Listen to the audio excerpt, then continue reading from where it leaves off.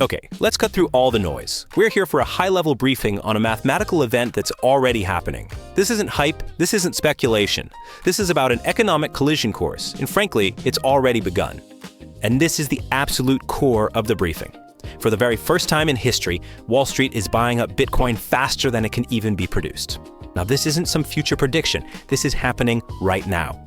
And it's the foundation for literally everything we're about to cover. So, what we're witnessing is this fundamental conflict in the market. You've got this effectively infinite appetite from institutional finance on one side, and on the other, a mathematically finite and increasingly rare asset. This dynamic is what's creating what we call the supply vacuum. This whole phenomenon is what we're calling the 2026 institutional supply shock. And in this briefing, we're going to stay grounded. We are just going to follow the predictable, unchangeable math that governs this whole thing, not the crazy, volatile sentiment of the crowd. To really get a handle on the scale of what's happening, we're going to use a pretty simple analogy. This should help take it from some abstract market idea to something you can actually visualize. First, one key term we have to nail down: liquid supply. This number is absolutely crucial. See, it's not the total amount of Bitcoin out there. It's the amount that's actually available to be bought or sold at any given moment. That distinction, well, it's everything. Okay, so here's the analogy. I want you to imagine that liquid supply we just talked about is a small swimming pool.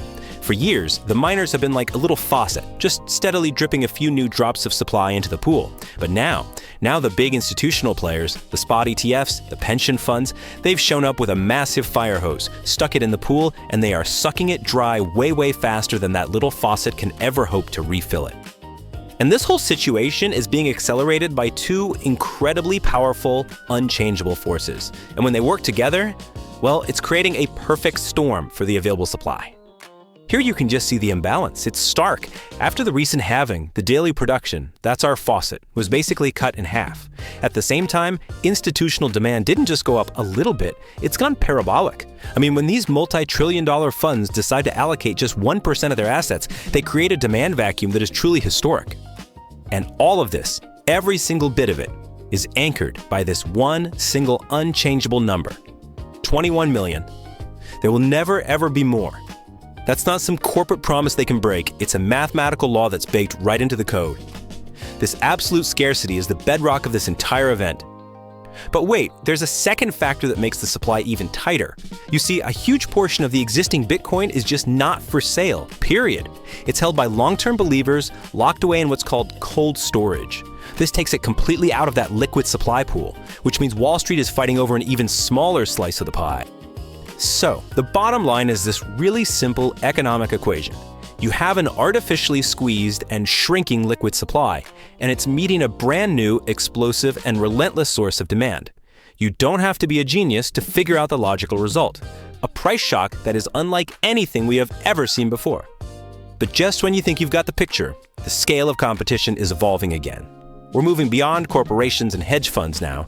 We're talking about an entirely new class of player entering the game. And to really understand this shift, you have to understand their language.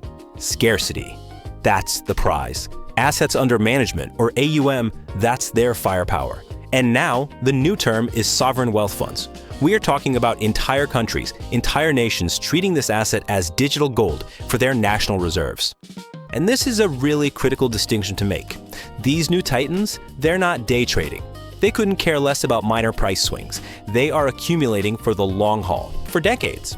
And in doing so, they are building a permanent price floor under this entire market. So, knowing all of this, we finally arrive at the last part of our briefing, the institutional playbook. Because understanding their strategy, well, that's your key to navigating everything that's coming. After all this complexity, the trillions in AUM, the global scale, what does it all boil down to? What is their number one tactic? What's the one move they really rely on? It's this simple. They use the market's natural volatility against you. Their entire goal is to shake you out, to make you panic during corrections so that they can scoop up your assets at a discount. They need your supply to fill their enormous demand.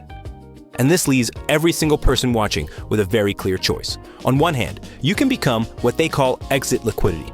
You can sell your holdings out of fear and let them accumulate what you once had.